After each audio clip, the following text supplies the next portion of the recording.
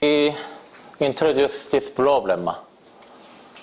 So its statement is similar to embedding lemma, but now we allow that H to have the same number of vertices as G. So we have H, which has this partition into X1 to XR, and H has bounded maximum degree. And G has a partition into B1 to BR, such that this pair, B sub I and B sub J, forms a superregular pair. So here superregular is epsilon regular with some minimum degree condition. Then we can embed H into G so that all the Xi goes to Bi. And then I pointed out that this Ni could be different. And here we consider this completely reduced graph. But even if it is not completely reduced graph, it is okay as long as H is compatible with such partition, such reduced graph. And here we have epsilon is much smaller than 1 over R, but that condition is not necessary as long as the reduced graph has bounded maximum degree. And also in each xi, we can specify small set x prime I, and all the vertices in that x prime, we can specify where does it have to be mapped. So we can specify their image.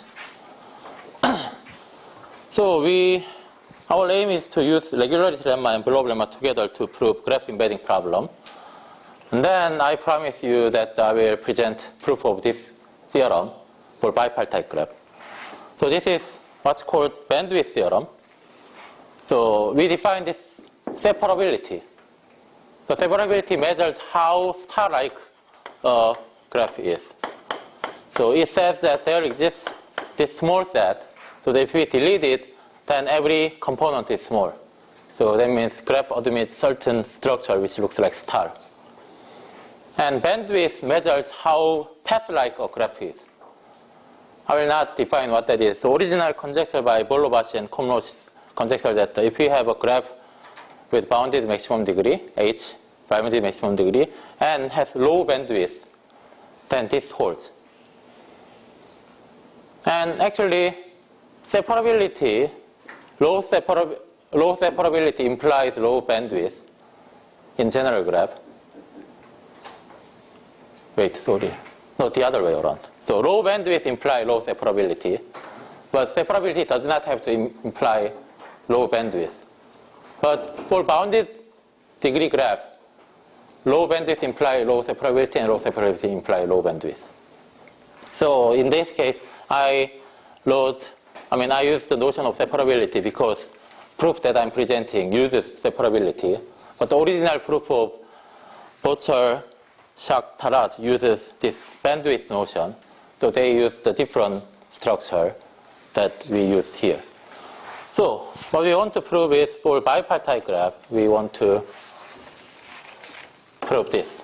So this theorem. So for given K and so K is gone because it's 2. Given delta, and there is eta, given delta and alpha, there is eta such that if n is large enough, and H is m vertex graph, which is bipartite and bounded degree, and eta separable.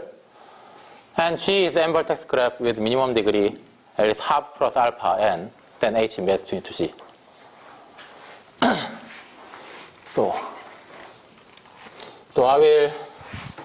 So everyone is familiar with this theorem, so I will delete it. So remember this statement that we want to prove. So let's divide the function of board. So in this board, I will write some fact that we collect. In the proof, we will collect some property. I will write it here. And here I will draw a picture of how H and G looks like at the current moment. So our aim is to take G and H and make a partition at each time and make a modification so that they will admit comparable structure so that later we can apply blow-up lemma. And these two boards I will write theorem, under that theorem, the proof.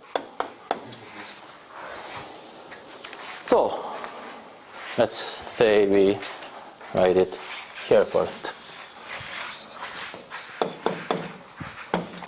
So first we choose constant so that the n is the largest and eta is smallest except 1 over n0, and m is some large number which is between epsilon and eta, and d is some number we choose which is also small, and alpha and 1 over delta is given. So for given alpha and 1 over given alpha and delta, we choose small d. So this will play the role of, so we will consider epsilon d reduced graph. So epsilon delta reduced graph before epsilon d reduced graph. So epsilon will play the role for this error parameter for epsilon regularity. This m is here because the number of partition r, we will control that by using this. And then eta is for separability, n is for number of vertices. So let's say this is tau. So we choose parameters as star. And note that eta is very small there. So even if we apply regularity lemma with epsilon, the number of partition r is, still much smaller than 1 over eta. So eta is much smaller than 1 over r. So first, natural step, we apply regularity lemma to G with parameter epsilon and m. So in applying regularity lemma, we put two parameters, error parameter epsilon and m, which give us a lower bound on the number of parts. We want number of parts to be not too small, and also not too big. Then what we get here? We get P1, P2, P3, P4, P5, P6, 7, 8, and P0. So these all have the same size. And this is one exceptional set which contains most epsilon and vertices. And most of the pair here are epsilon regular. And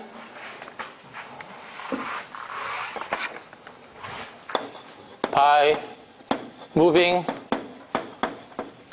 vertices in P sub r to P sub 0 if necessary, we assume that r is even. Then by moving that, B0 could have a bigger size, but still about 2 epsilon n. And because this r is bigger than m, so 1 over r is much smaller than epsilon. So we can put r in the hierarchy in here. But still, we took the eta much smaller at the beginning, so still it's much smaller than 1 over r. So for given epsilon and m, we can predict the size of r based on regularity lemma. So we knew how much r, we knew roughly how much r would be, but not exactly. And then that in mind, we already picked the eta small enough at the beginning. So after choosing r, eta is still smaller. And that's extremely small, right? yes, but not as small as n0, 1 over n0. So now consider epsilon d reduced graph r for this partition. And let m be the size of bi, which is actually 1 plus minus 2 epsilon n over r. So it's smaller than n over r, but bigger than 1 minus 2 epsilon times n over r. So let's just write, it's between those two numbers, so let's write it this.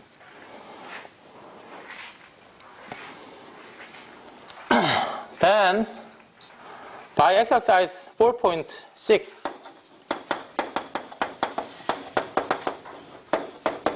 what we know is we have the minimum degree of R is at least half plus alpha over 2 times R. So I will write it here. Minimum degree of R is at least half plus alpha over 2 R. Because we consider this epsilon d reduced graph. So exercise 4.6 says that this R inherits the minimum degree of G up to this, some modification regarding R. So what we get is half plus alpha minus 2D here actually. But D is much smaller than alpha, so this is at least half plus alpha over 2R. So we get this.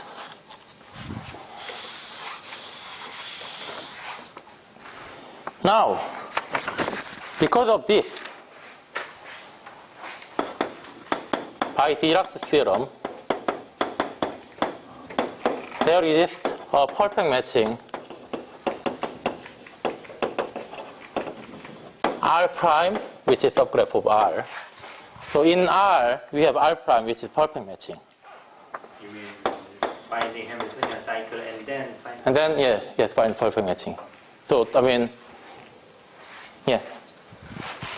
So let's say R prime is perfect matching. Say R prime is, say, 1, 2, 3, 4, 5, 6, R minus 1, R.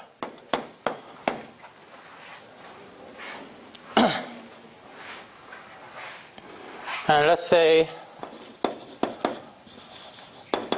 for each I, let I prime be the unique number with I prime is an edge in this R prime.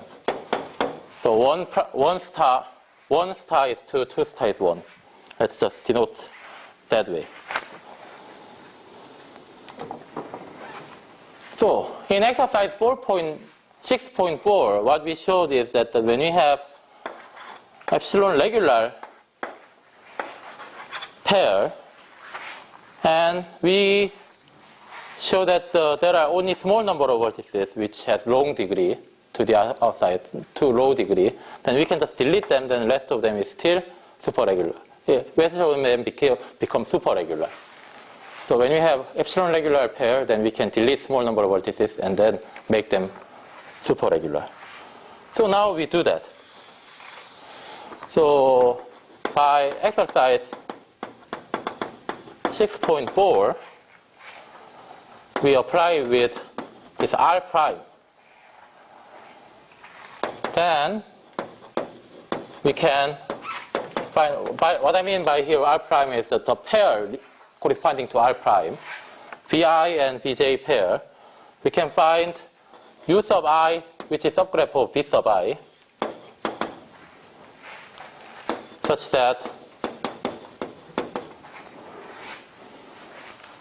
U sub I has size M prime, which is, say, 1 minus 4 epsilon n over R.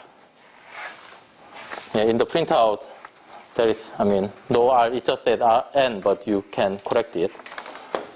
And this Ui and its counterpart, Ui star, is 6 epsilon D plus superregular. 6 epsilon C D superregular.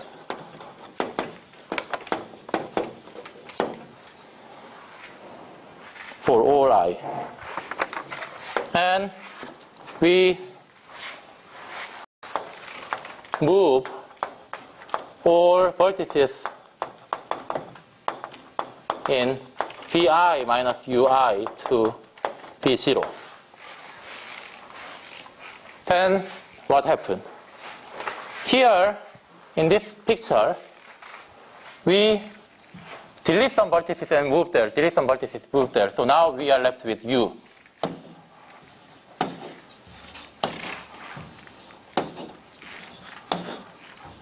And then this U, these are superregular.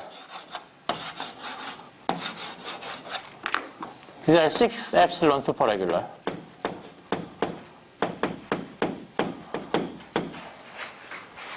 And then each UI has size m prime.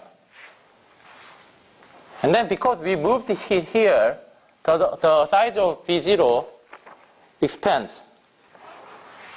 But we can still make sure that it is at most, say, 5 epsilon n. Because we only deleted small number of vertices here and then kick out. So this all has size m prime is at least, m prime is exactly 1 minus 4 epsilon n over 2. So 4 epsilon n over r. So if you add them all together, then you get 1 minus 4 epsilon n. So this is still smaller than 5 epsilon n.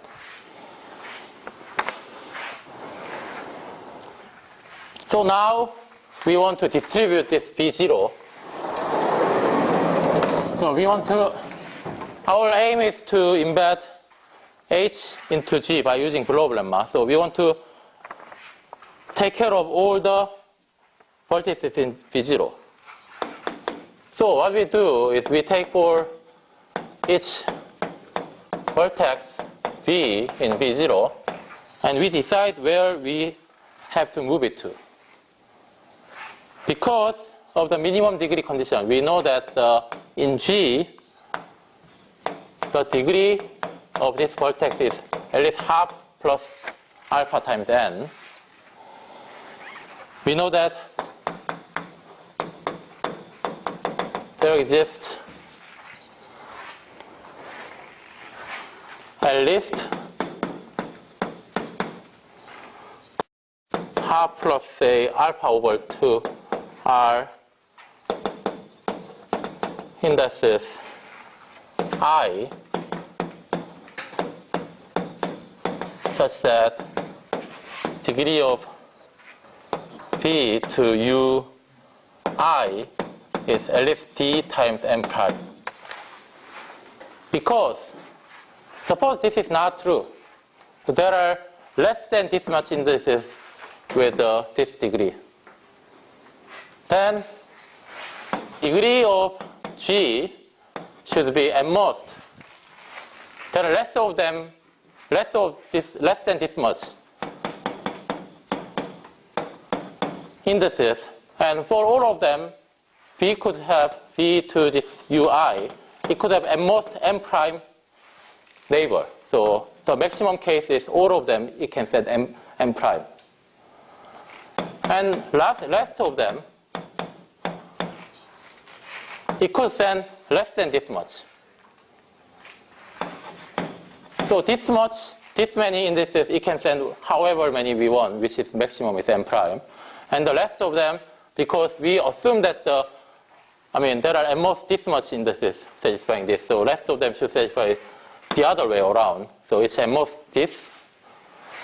But this all together, if we compute it, D is quite small. D is much smaller than alpha.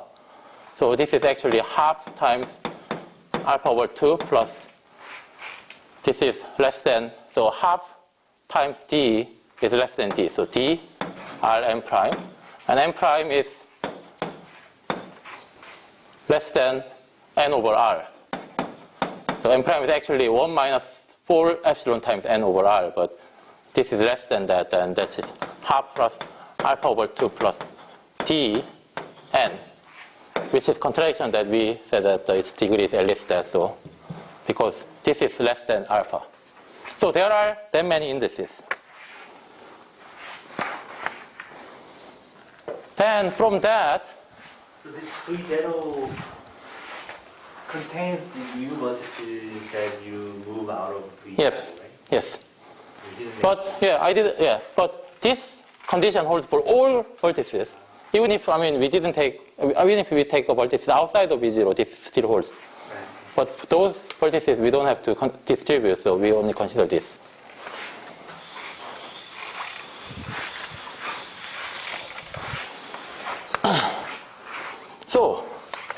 What it means is that, what it means is that there are at least alpha over 2r indices I such that B has lots of degree in ui and also lots of degree in ui star because it's more than half. So it ui and ui star, and between here we have this superregular, and then this vertex has lots, at least dm prime neighbor here, dm prime neighbor here. So in that case, in which way we add, the resulting graph is still superregular. So we know that this epsilon regularity is not disturbed too much if we add the vertex. And then because of this condition, the minimum degree condition is okay. That means we can add, and this is still superregular. So every vertex has at least this much choice that we can add to either side. So by using this, we can distribute vertices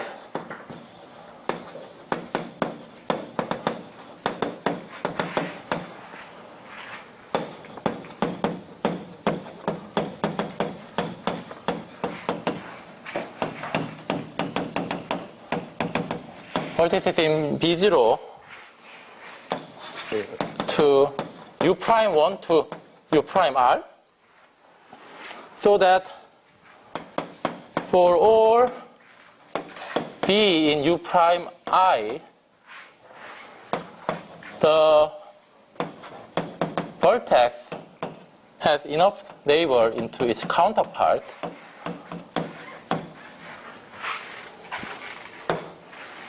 and each U prime I is not too big, say 100 epsilon m prime, and each U prime I and U prime I star has size equal by at most 1.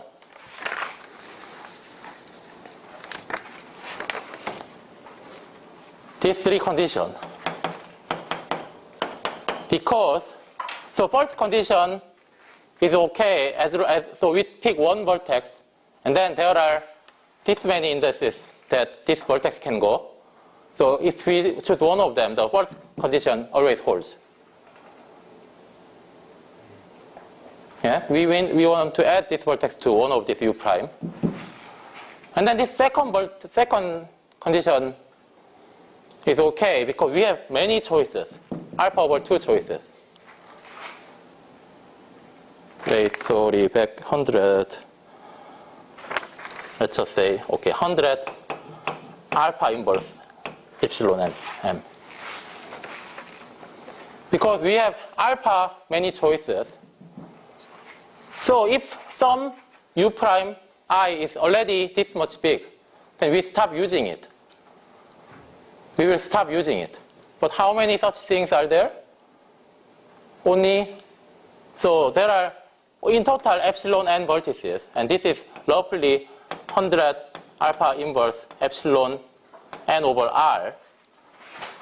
So if epsilon n vertices are, out of epsilon vertices, this many vertices are assigned to ui, and this many vertices are assigned to ui prime, then we can do this for at most alpha r over 100 many such indices. But we have alpha r over 2 choices, so even if we forbid this many choices, we still have lots of choices. So we can keep add so that none of them is too big. And one more is that because out of these choices, we can either add it to I or I prime, that's our choice, so that we can always add to one smaller one. Then we can make sure that the size doesn't differ by too much, at most 1. So I will leave the, rigorous checking as an exercise, but because of that reason, those 3 property holds. So define U star I to be the Ui union with this U prime I. And let Ni be the size of U star I. Then what we get is this condition. So U star 1 is that for I star in this matching, the graph between these 2 parts, U star, is still superregular.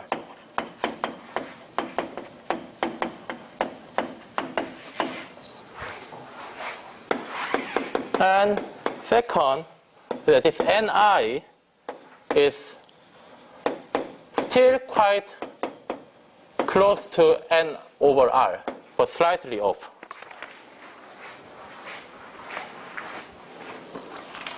So these 2 condition holds. Because Ui was small, so even if after adding we get this size, and Ui and Ui star, Ni and Ni star is very close, only off by 1. So everyone agrees that we get these 2 conditions, right? So currently, our picture is the following. We have distributed every vertex in this exceptional class. So we don't have exceptional class. Instead, we have this U star, U star, U star.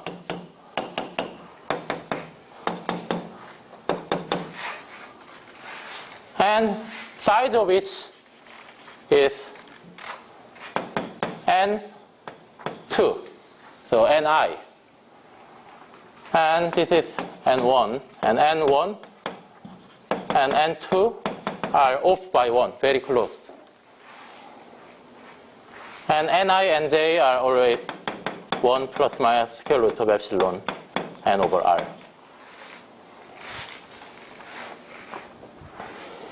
So now we take this initial partition of G. So these are superregular, but these are like epsilon regular pairs are still there as R. And now we consider H. Now we want to partition H.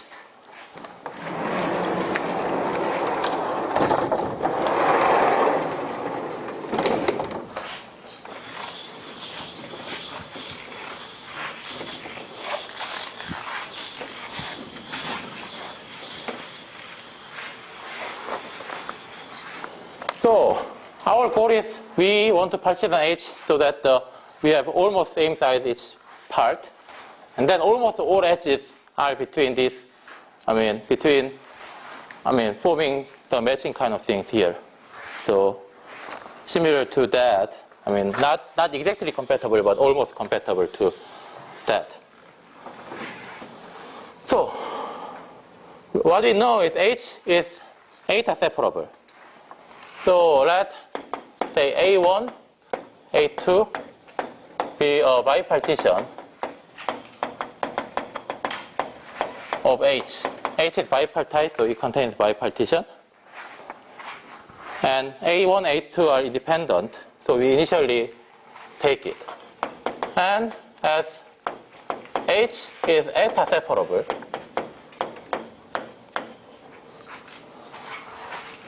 there exists W0, W1, which is a partition W sub T, which is a partition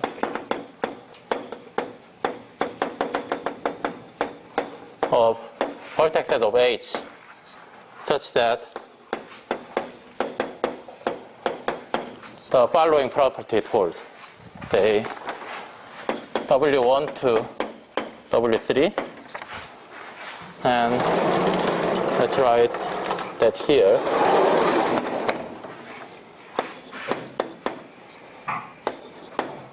So each WS is size at most eta n, and so in H between WS and WS prime is empty set for S and S prime bigger than 1. So at least 1. So W0 is special, but everything else, there is no edge between.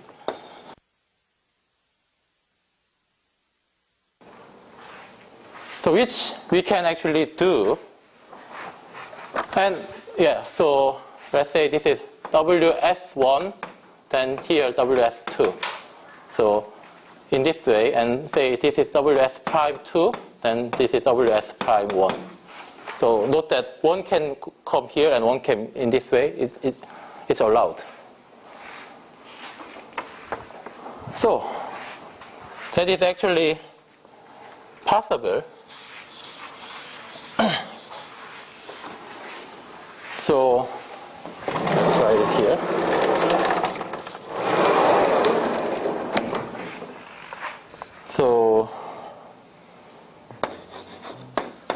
So we can partition these vertices W1, W2, W3 so that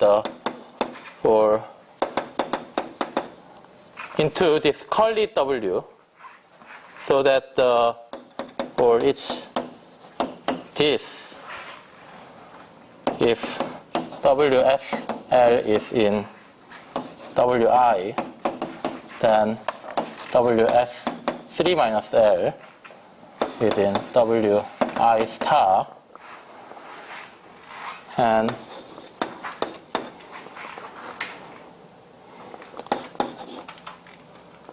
if we take all the vertices in WI and add them, then the size is very close to Ni. So there exists a partition W1, W2 to curly WR of say W11, W12 to WT1, WT2. Let's say we also put W01 and 02. And assume that the W01 is in curly W1 and W02 is in curly W2. So this is collection of vertex set. Each has its size. And then we want to partition it into collection so that each collection contains several vertex sets, and sum of that sizes is almost what we want. So instead, so here what we want to just consider is that its size, right? So instead of consider this as vertex set, we just consider it as a number which is exactly its size. And then we distribute the numbers in here so that this is set of numbers, and then the sum of the number is close to what we want. Also, one more thing is that curly W1 condition needs to be satisfied, so that if we put this into W1, then this should go to W2, and this into W1, this should go to W2. So actually we can do that. Because, okay, so we just take these two, right? We just take these two and we flip a coin with more than two sides. Let's say coin with R side. Is it possible? Or dice with R side? Oh, yeah, dice with R side. But yeah, it could be coin. You can make such coin. Yeah, who says that?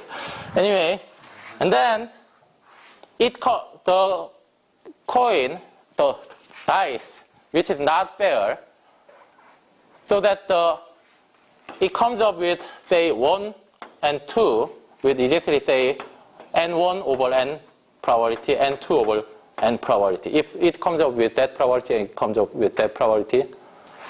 So to be more precisely, because we have to put one of them in here and the other one of them in here, and because we have n1 and n2 have the almost same probability. Let's say we have one dice and one coin, and dice has r over 2 sides, which says that 1, 2, or 3, 4, or 5, 6. So this is one side, one side, one side. And this comes up with probability n1 plus n2 over n. And this comes up with probability n3 plus n4 over n, and so on. So we flip dice, and then if this comes, then we will assign this into here, in this way or this way. And we flip a coin, and if it's head, we embed it this way. If it's tail, we embed it this way. Then because this and this, n1 and n2 has almost same size, only off by 1, we can easily show that the expected number, expected size of, say, wi is exactly ni plus minus 1. And then if we could apply Cherenkov inequality, then we can just apply Cherenkov inequality. Cherenkov, right? Not Chebyshev. Okay, Cherenkov inequality. Always, confused with the English word. Yeah, anyway, Cherenkov inequality. Then we can show that that holds with high probability. Then that means there is such partition which satisfies this. However, it is a bit, so these are numbers. If that numbers are all same, then we can apply Cherenkov inequality. But now it's different number. So it's a bit tricky. So there is some inequality called Azuma's inequality, which allows you more variation than Cherenkov. So if we use that, we can actually show this hold. But of course, I didn't introduce it here. So if you are interested in, you can look up some probability method book. So that the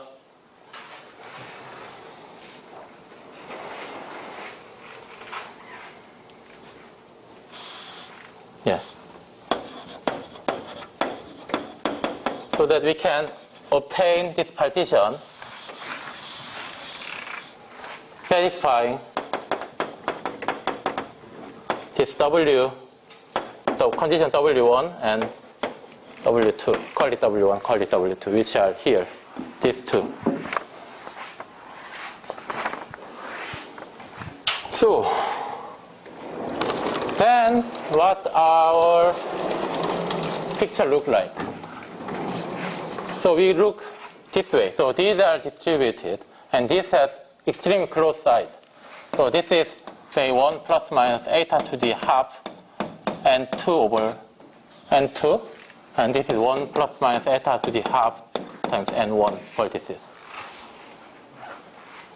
And then every edges are in this way, except we have this W01, W02, and some edges are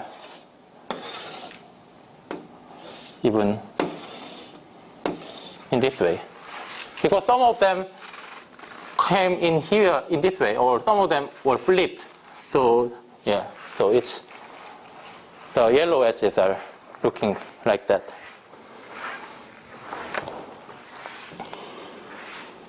So, now what we want to do is here, we want to assign some vertices into xi and assign some vertices into yi. And yi's are the vertices which are incident to these yellow edges, hence a bit more. And xi is the rest of the most vertices. And yi we will later embed with the embedding lemma. Xi we will embed it with the blob lemma.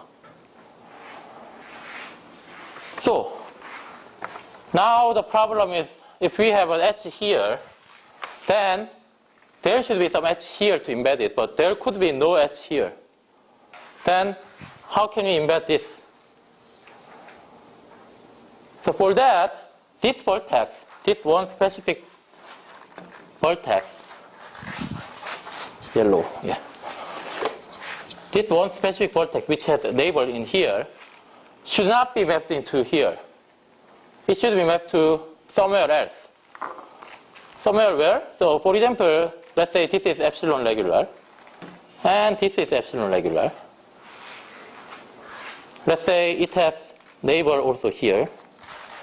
Then what we want to do is we want to embed it here.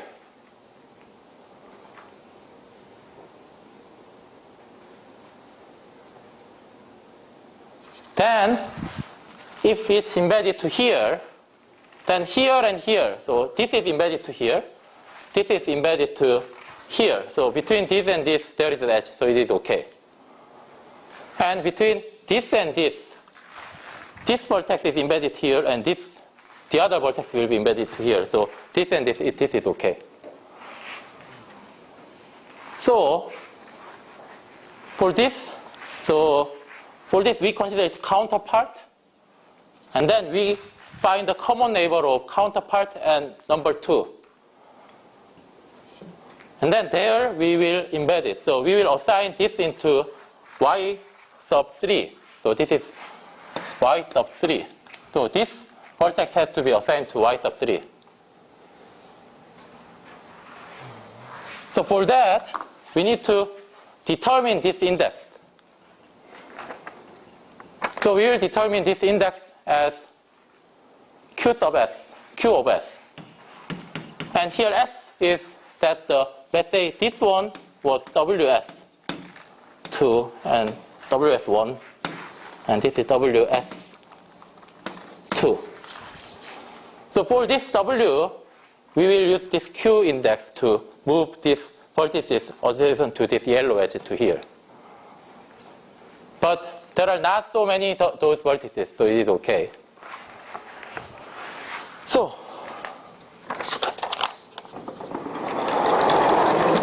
wait, there's still some room left. Yeah, we should not waste the board. So, we first assign vertices in W01 to Y1 and W02 to Y2.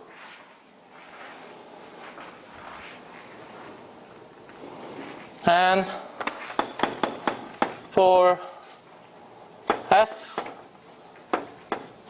which is between 1 and T, and I,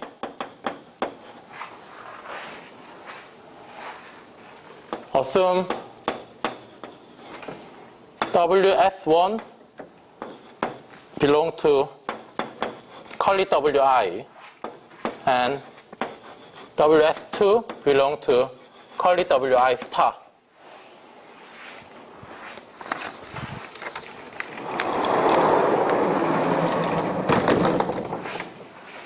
So we assume this situation. This is I, and we have specified where WS is assigned. Then, because we have this R reduced graph, which has large minimum degree at least half plus alpha over 2 times R. That's what we wrote here. By using, say, this is star,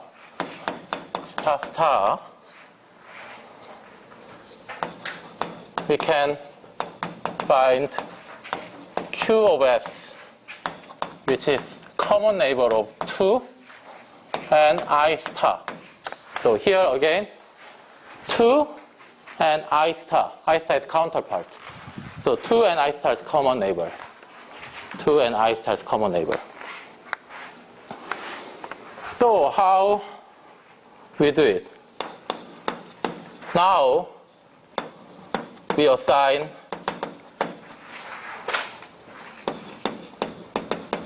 vertices in WS1 and WS2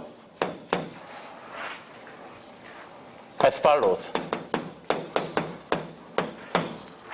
So we have W So this is the situation. W01, W02, which is already assigned to Y1 and Y2. And WS1, WS2, which is assigned to, say, which is here. So this belongs to like I, so I's part and I star part. And then here we have Q over S part. Then we first assign vertices in, which is in H, which has a neighbor in W01, which are the vertices in S2 to Y2. So, what it means is that there could be some vertices here, which has neighbor in here. Then we move them to here, to here. So let's say this. So there could be this edge. Right? This is assigned to there, then it is okay because V sub 1 and V sub 2 are superregular. So this is compatible. And assign vertices in, which is in WS1 and which is adjacent to W02 to Y sub QS. So which means that there are some vertices here which has edges to here. Then we assign them into here. We all assign to here. Because 2 and QS, it is superregular in G, so this is also compatible. So because of we moved here, and remember that these vertices, this comes from here, and this comes from here. So this vertex still has neighbor here, and this vertex still has some neighbor here. Right?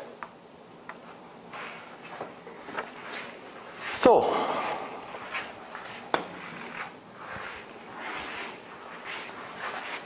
we also assign, so okay, here, because this is I star, and then we said that QS is common neighbor of this and this.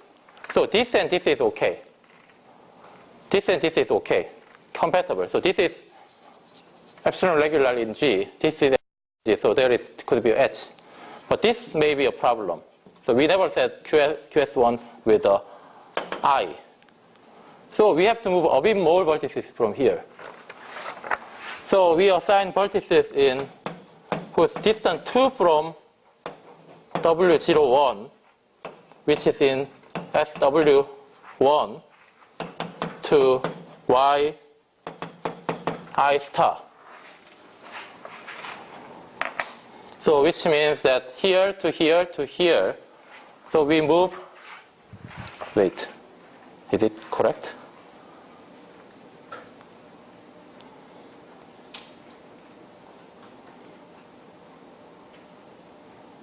Give me a moment.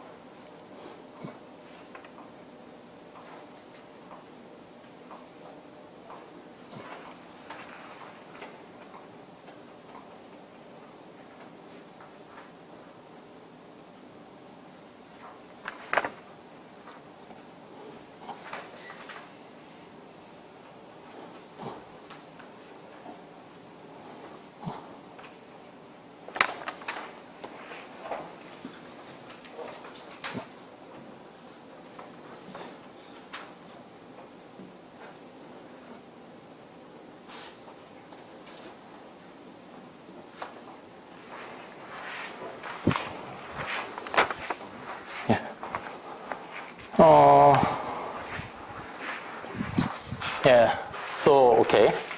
As I mentioned, today we might go with overtime, and it's been 1 hour, so I think it's a good breaking point.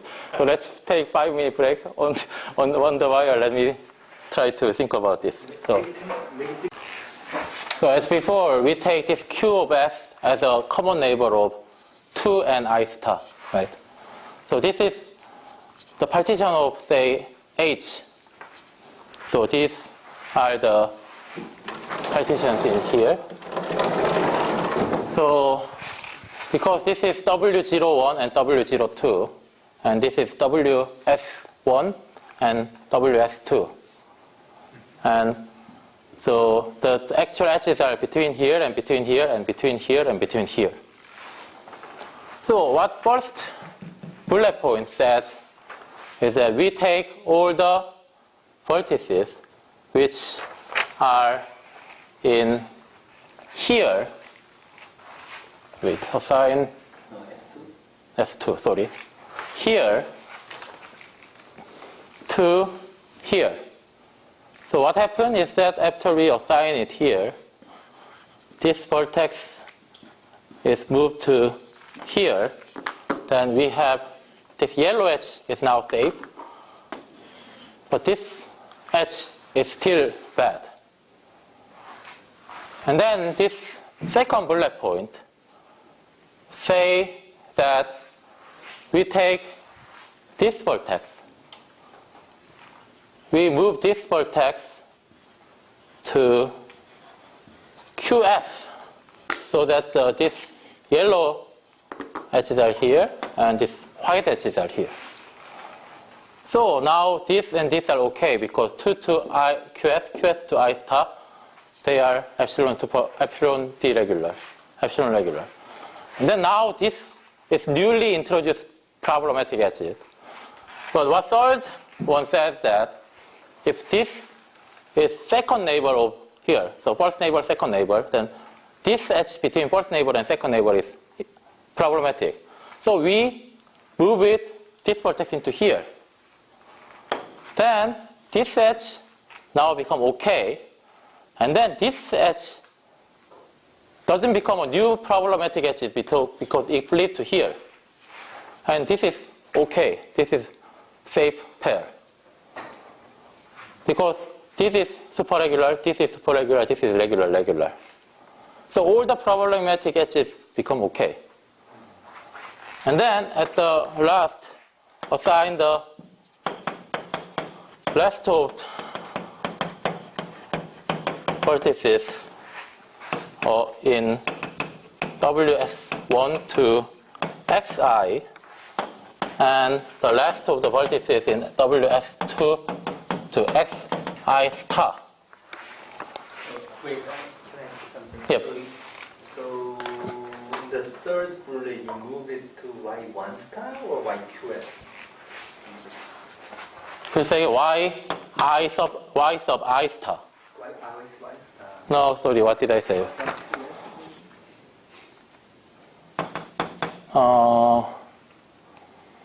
Yeah, Q S.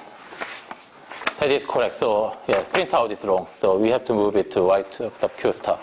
So in the printout it says I star. That was the reason why I was confused at the beginning. So yeah, that should be changed to QS.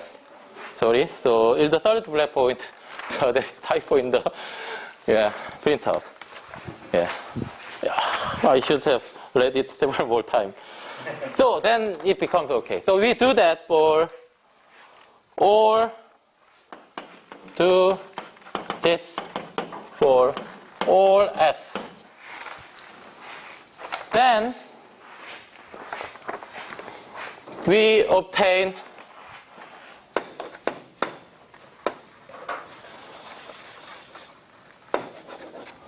this property. So if there is this H of H between, say, Yi and Xj union Yj, then I, J is in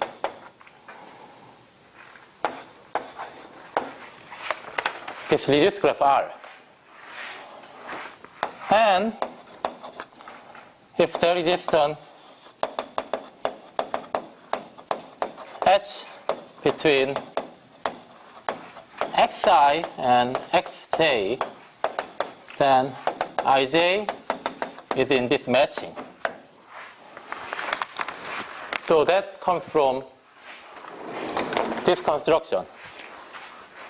Because x is assigned that the remaining vertices, so only the h between xi are between I and I star, so which is in matching. And because of these, all the edges, so these are assigned to y, y, y, y, y, y, and x, x. Between y and x, we make sure that every time it is epsilon regular pair, which is in reduced graph. So, now we have this situation. So now we have this partition, which has x1 and y1, y2, x2,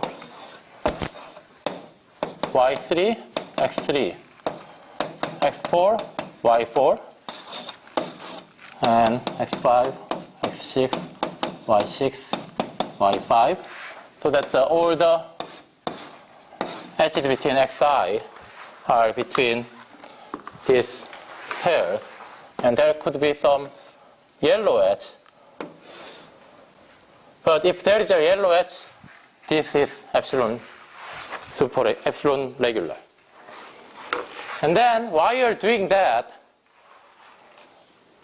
from before, how many vertices we have moved here? We moved the vertices only when a vertices is in second neighborhood of this W01 union W02. So we moved at most delta square eta and vertices. At most that much vertices. And eta is almost nothing. So that after that, we say that M prime I is exactly size of xi union yi, and which is very close to ni. So here we have ni vertices. Here we have n prime I vertices, which is very close to ni. So now we don't want to move any more vertices in H. Now we want to move vertices in G so that each part has exactly m prime I vertices. Because G is more resilient, right? We can move one vertices without destroying any epsilon regularity. But H is sparse and we want everything to be independent set, so it's hard to move. It's more rigid. So, for that, we consider, so we have, say, we have xi, yi, and I prime, which is 1 plus minus eta to the 1/3, and I. Now we consider the following directed graph. So claim there exists a multi-digraph, directed graph D on vertex set 1 to R, satisfying the following.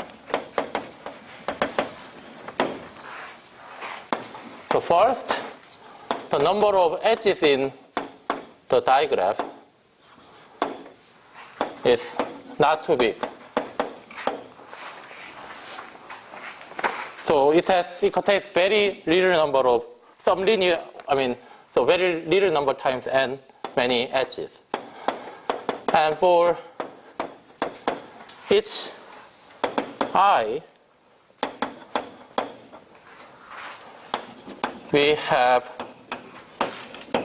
the out degree of I minus in degree of I is exactly ni minus n prime I.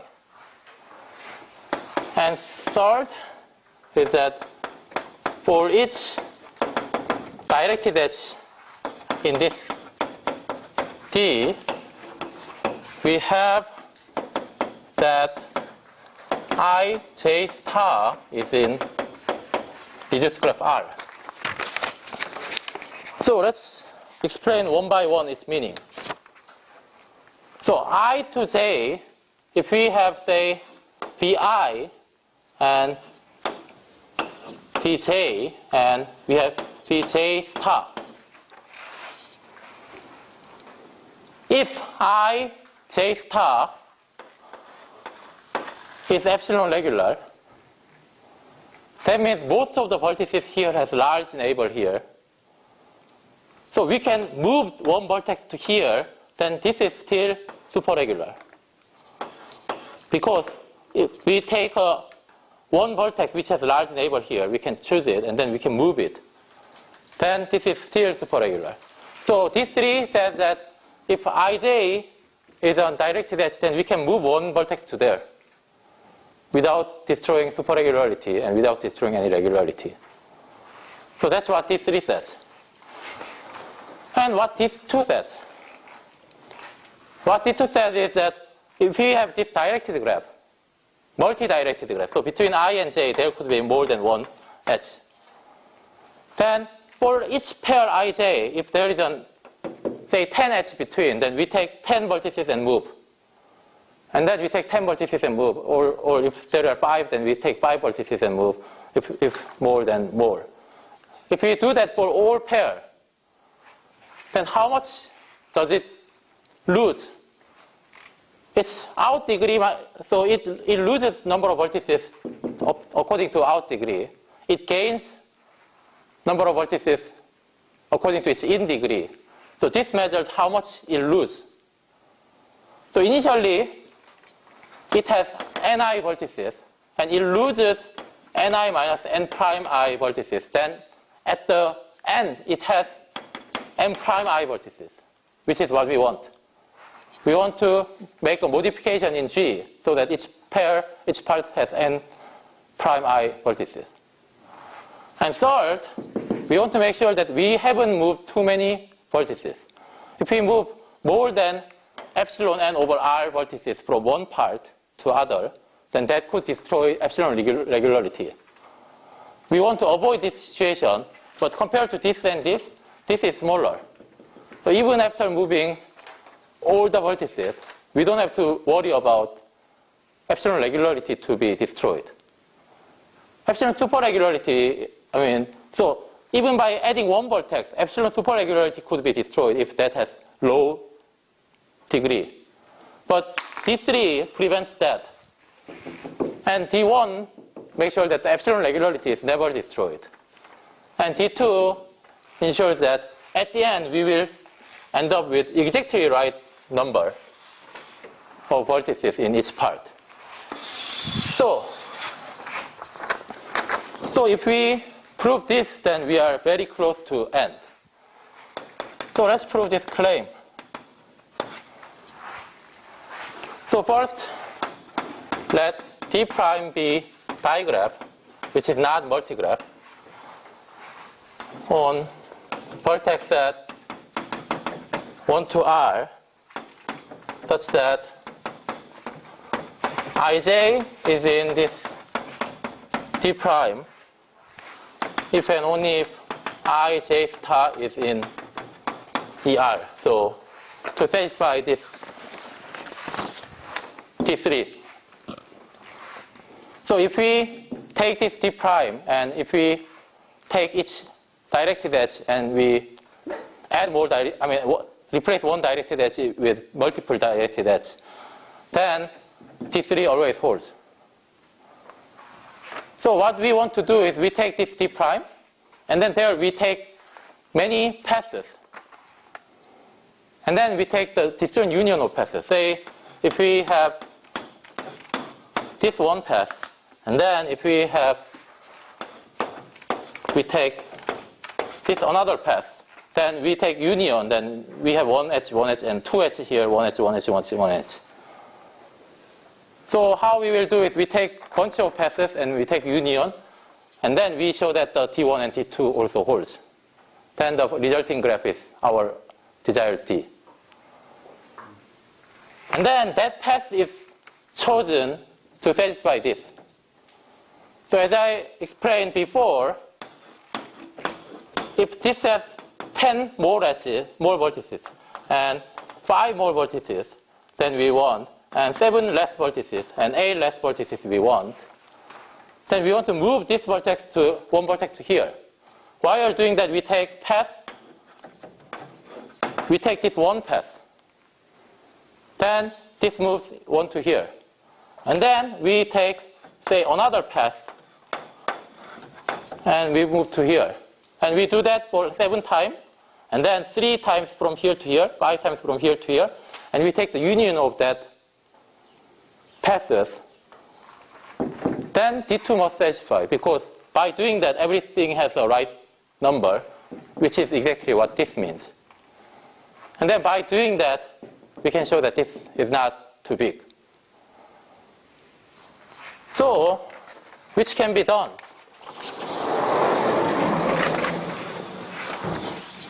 With more rigorously,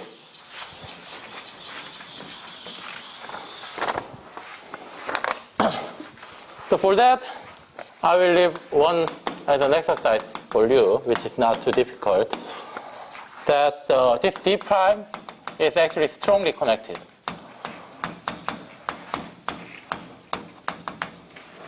Meaning that for any I and j, there is a path, directive path from I to j, when I and j are different.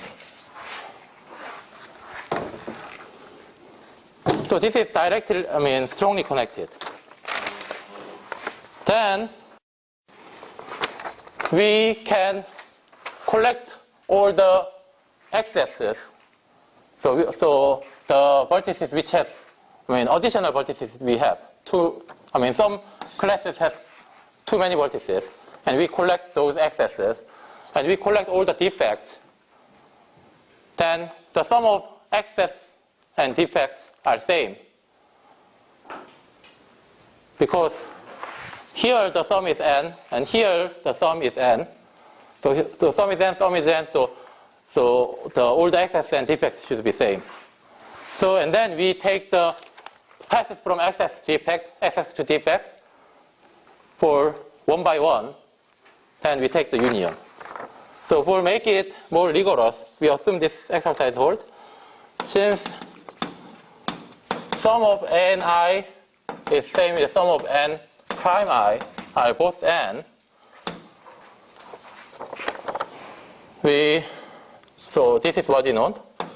Let I plus be the indices that we currently have too many vertices in this u prime I, and I minus be the indices that we currently have too many vertices, too less vertices currently.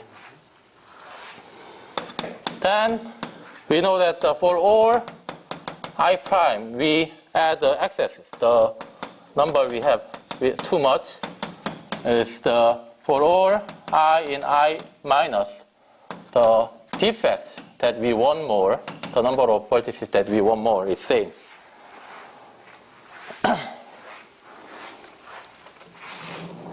So we write, say 1 is in here, then we write 1 how many times? Ni minus n prime I many times 1. And 2 is there, then n 2 minus n prime 2 times. And then let's say 3 is I3. 3, how many times? n prime I minus n I times. And then we write this all here. then the number of numbers here is same with cardinality of number here. Then we can find the bijection. So we pair them up. 1, 1, 1, 1. We pair them up. Then we can find a collection of pairs. Collection, say, P of pairs. Say I1, J1 to say IA, JA, such that pairs in, say, I plus times I negative, I minus. So I1, I2, I3 are all I plus. J1, J2, J3 are all I minus. So that what holds is that the size of P is exactly same as sum of this quantity, I in I plus m minus n prime, ni minus ni prime, which is exactly same with m prime I minus n, I is I minus. And for each I in I prime, I plus, we have the number of indices such that I, B equal I is exactly n I minus n prime I. What it means is that if you see the first coordinate and then count the appearance of I, then that's exactly this many. Because how we cook up, we write this, and we just pair them up one by one. And how many ones were here? n1 minus n prime 1. So after pairing up, in the first coordinate, 1 appeared exactly that many times, which is this.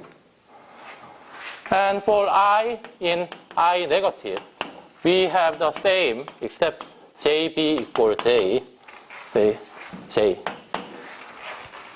equal n prime J minus n J. So for the second coordinate, the number of times that it shows up is exactly that.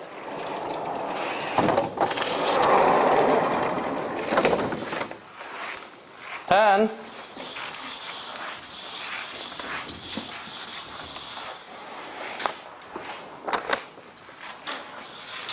so for each B, we consider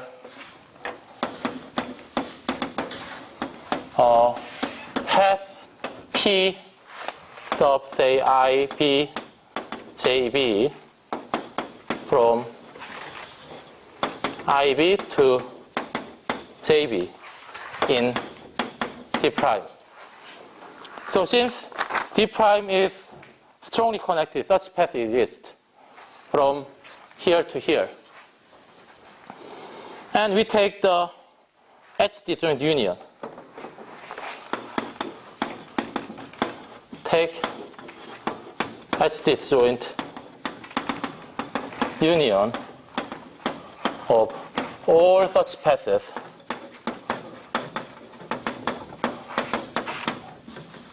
from B equal 1 to B equal A.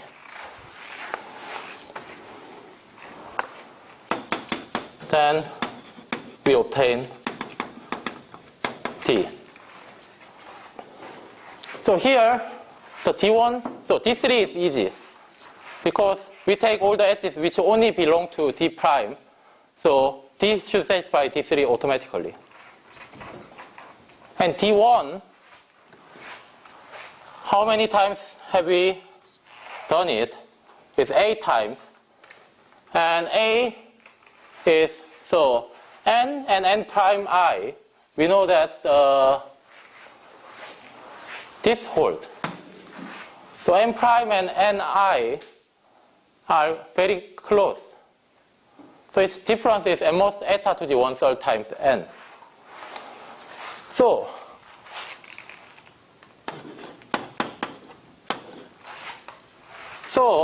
how many times have we done it?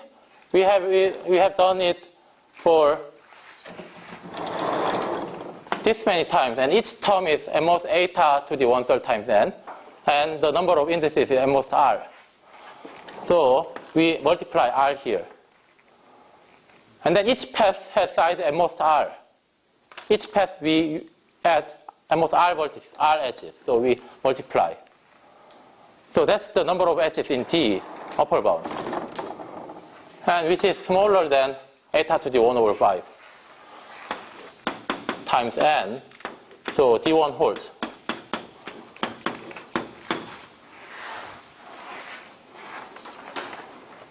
And then for D2, so every time we add a path, suppose we add a path, then there is one vertex. Then it, which is I. In I, its out degree and in degree both increase. So this path has no contribution to this expression. So when we add this path to this D, so assuming that to get D, we add one path, one path, one path, one path, and out of that, the degree of this, the out degree minus in degree, stays same, unless our path actually starts from here and ends somewhere else. Then this goes up by 1, and if it ends at I, then this goes down by 1. And what did we say? We said that the number of paths that starts from I is exactly this many times if I is in I prime. And the number of paths that ends at J is exactly that many paths, that many if J is in I negative. So that actually, with that, so this, we have to write it exactly in this way, because every time this goes up by 1, how many times? This many times. And for that, this value goes down by 1 this many times, so that times -1 is this. So we get this D2 also holds. So now we prove this claim.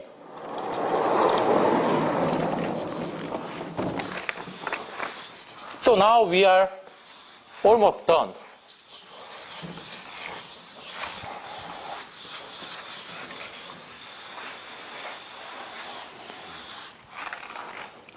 So now we use this to modify the partition, this U star partition we have. So for each H in this D from I to J, we know I, J star is in R. So we have J star, I, so U star I, U star J, U star J star. We know that this is epsilon regular. So that means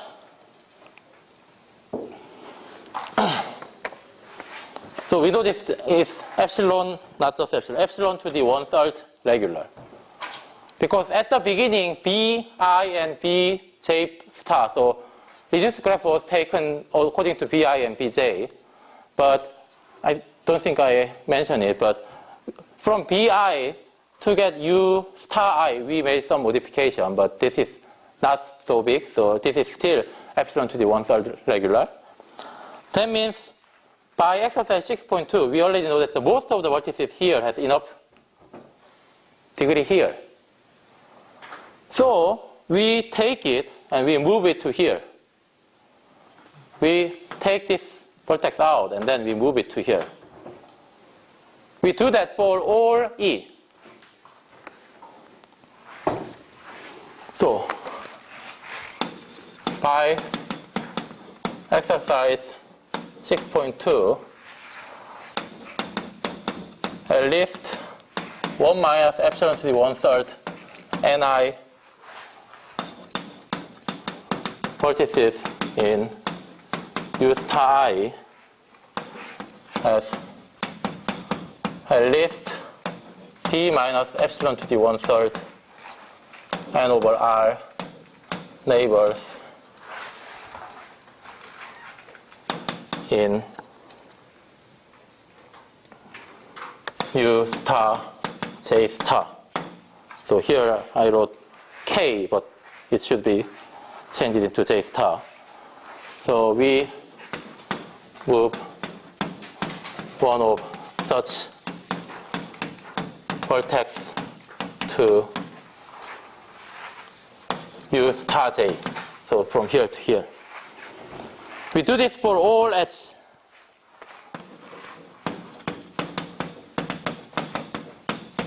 Or HE of D, and let U tilde I be the resulting partition. So note that because of this D1, the number of edges in E is at most eta to the 1/5 n, which is negligible even compared to one part. So at the worst case, we have moved lots of time. The number of vertices we have moved is still at most eta to the 1/5 times n, which is nothing. So still all the epsilon regularity is preserved. So after that, still we can find one vertex which has enough neighbor here, so we can still keep moving on. So we can actually finish this repetition.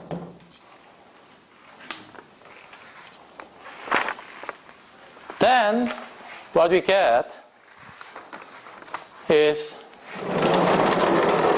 U star, which satisfies, now U tilde satisfies that this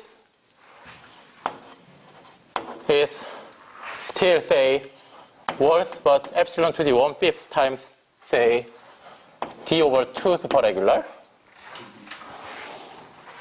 And then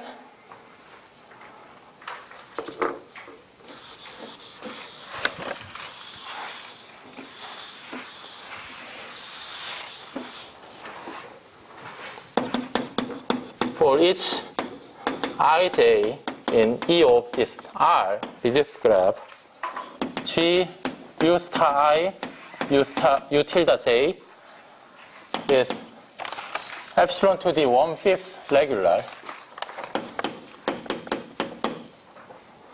T plus regular, and U tilde 3 is that we have the size of U tilde I is exactly n prime I.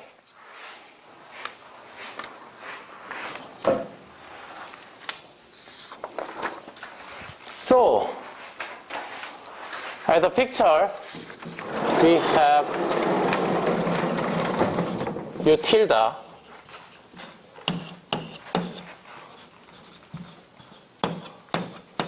with the exact right size as before, as the partition of this H.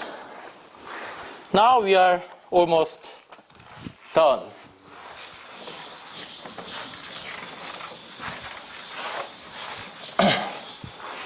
So, now we use exercise 4.7.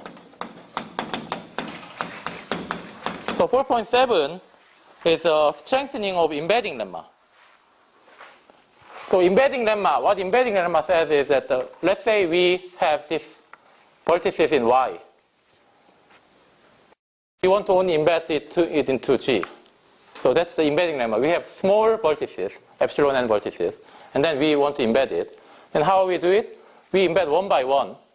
And while you're doing that, we care about candidate set. of the lateral vertices so that that candidate set doesn't shrink too much, then we can actually finish it. But if you go through the proof of embedding lemma, and when you embed this y, vertex y, you have to consider the, say, this vertex, say this is y, this is g, then you have to take care of, consider this candidate set of this g, and we have to make sure that that's not getting too small, right? And we actually can consider x also. So we will not embed x, but we can still imagine each candidate set, right? Candidate set it at the same way. So if it has, say, neighbor here, then at first each candidate set is entire set here. But if we embed it here into this vertex, then now each candidate set is only neighbor of this specific one vertex. So we can still consider candidates for this. And we can still consider, we can still keep track of how it shrinks. So for example, if we have x which doesn't have any neighbor into any of y, then we don't have to care about it at all because its candidate set doesn't shrink at all.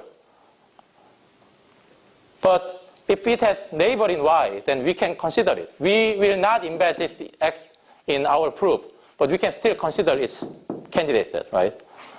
Then we can do the proof exactly same as embedding lemma. And then we stop it when we embed all the vertices in y. Then you obtain a embedding of y only, but with additional condition that the following. We embed all vertices in yi into u tilde I by an embedding pi in as follows. So for all x in large xi, we have large xy, the intersection with neighborhood of yi in H. So any vertex which has at least one neighbor in y, so let's write it this way, y, j is 1 to r.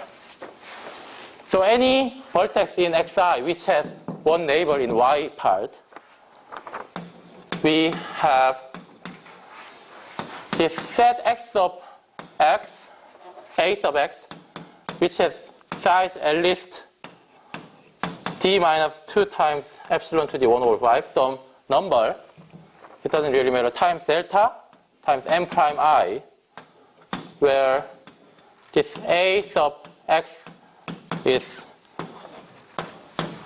this candidate set. So we consider all the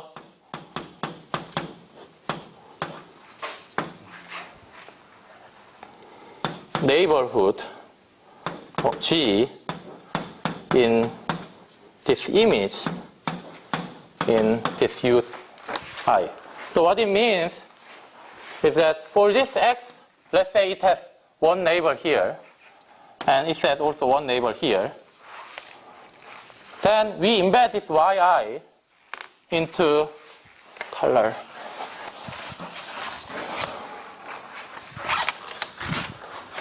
Into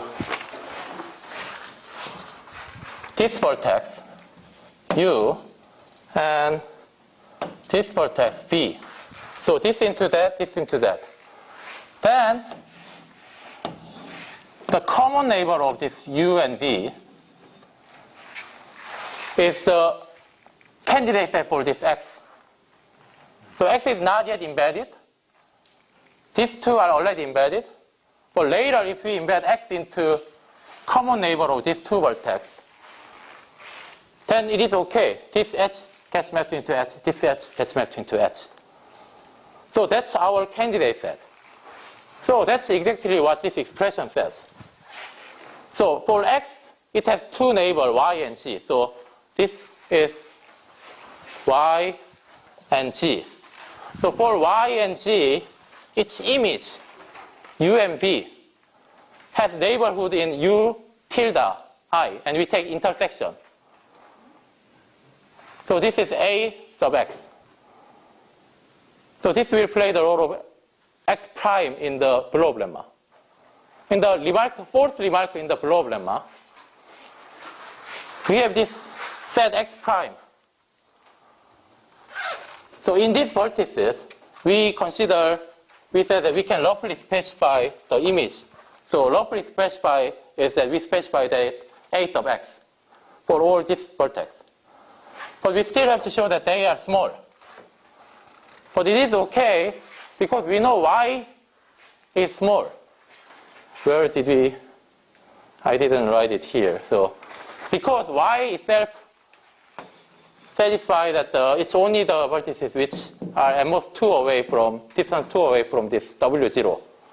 So y, which is union of yi, I is 1 to r, has size at most delta square eta n. So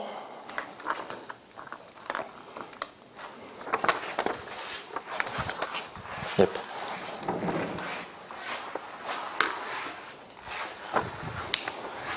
So now that's okay. So now we have embedded y. Now we want to embed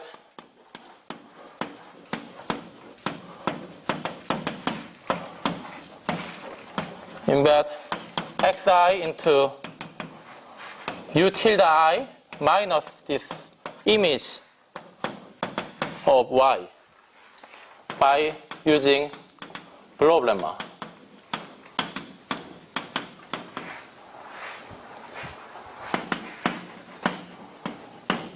Because of the stock condition, now we are only left with x to embed. And in x, every edge is between x1 and x2, x3 and x4, x5 and x6. And in G, between this u tilde 1 and u tilde 2, u tilde 3 and u tilde 4, they are all superregular. Has all edges in H induced graph of x. I say x is union of xi, are between xi and xi star, and xi has size ni minus yi, which is exactly u tilde I minus image that we have used. And we know that this is at least, this is roughly 1 plus minus epsilon to the 1 over 10 n over r. So the blow lemma condition that each part has the same size, and then it's at least as large, quite large. It has lower bound, which is n over r. N over r is a large number. So furthermore, so we can apply the blow lemma. So because, and G between u tilde I minus pi yi and u tilde I star minus image of yi star is, say, epsilon to the 1 over 10 d over 2 superregular. Because before these two form a superregular pair, and then how much we have deleted? We have deleted at most delta square eta n vertices, which is smaller than epsilon times n over r. So we have deleted less than epsilon fraction. So epsilon regularity is not disturbed. Minimum degree doesn't change much. So superregularity still holds with slightly worse parameter. So we can apply blow lemma. Furthermore, by remark 4,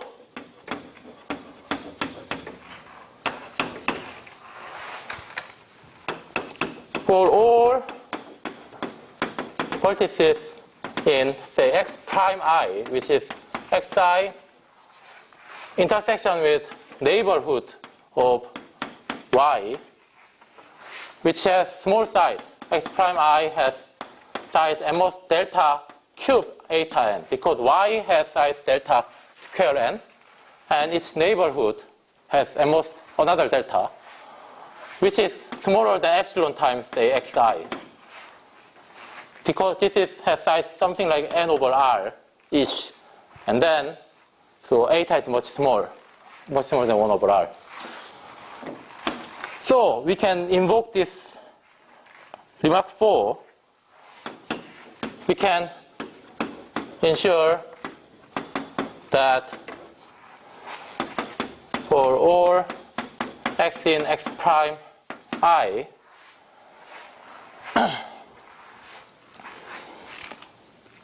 it embeds into A sub x.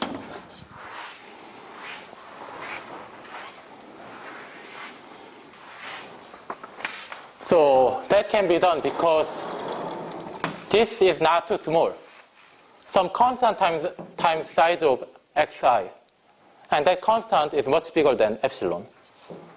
So in the remark 4, we said that, I didn't write it rigorously, but roughly, specify means that we can specify this target set, candidate set, which has linear size, and that constant is much bigger than epsilon, then it's okay.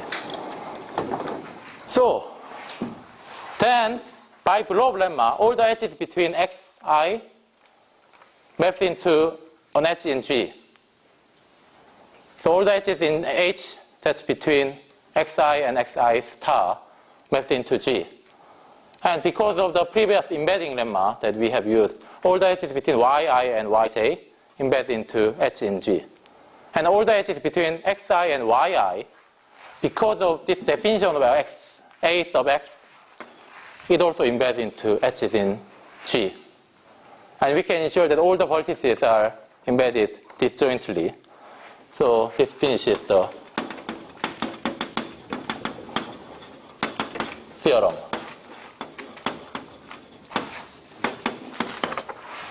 So all the ideas that we have presented here actually works for the non-bipartite setting, except a few details. So one is that here we define this Q of x, Q of s. And then we have moved some vertices in here to y, so that every h respects the epsilon regularity partition. So here we only have to take one QS and then we move it there. That was enough. Right? But for non-bipartite graph, it is not necessary to choose just one index. So actually what we have to do is we have to take sequences of indices, which has length at most something like 3 times k to the k cube. I think 3 times k cube is enough. So k is the chromatic number. Then we have a bunch of sequences, and here we just take it's neighbor of y, we move it, and second neighbor of y, we move it, and we were done. Neighbor of W0 and second neighbor of W0, then we were done. But we have to take the first neighbor, second neighbor, third neighbor up until to 3 times k cube neighbor, and then we have to distribute it well. So actually, there is exercise 6.9 and 6.10. For 6.9, actually, we don't have to take that long sequence. We can take sequences of length k or 2k or 3k. I think k additional vertices, indices are okay. But in 6.9, the condition is weaker. We have a stronger condition. But 6.10, we have to get this long sequence. And another difference is that for non-bipartite case, this D prime might not be, so we find this D, right? And this D prime that we consider might not be strongly connected. But instead, we can show that in D prime, there is one specific index, so that from here, we can reach to everywhere. Then, when we distribute the vertices here, we deliberately chose that index, and then there we distribute less vertices here. Then here, this specific one index has too many vertices, and everything else has always less vertices than it needs. We can ensure that. And then we use that passes to redistribute this one vertex into here. So that was a bit oversimplification. So actually, because every time we take it, we embed two vertices here, two vertices here, two vertices. I mean, we take WS1 and WS2, and we have to distribute it here, here, here, here, here, here, right? So because of that, we cannot just make it only one smaller. We have to make its counterpart also smaller. And in K-partite case, there are K indices that is small. So here, we have to be a bit more careful on that. So because we have this one index and rest of them we have to do, but it is not too difficult. So those two are the key changes to make it work on, general K-partite graph. But, it's doable. So if you want, you can, you can read this exercise, and I think it might be good if you just thought about it for a while, but not too much. But if you cannot do it, it's also okay. So it's extremely complicated proof. So that was the lecture for today, and tomorrow we will learn about observing method. Here we use this regularity lemma and blow lemma to embed n vertex graph H into G. But in that case, because of this regularity lemma, the number of vertices n should be really large.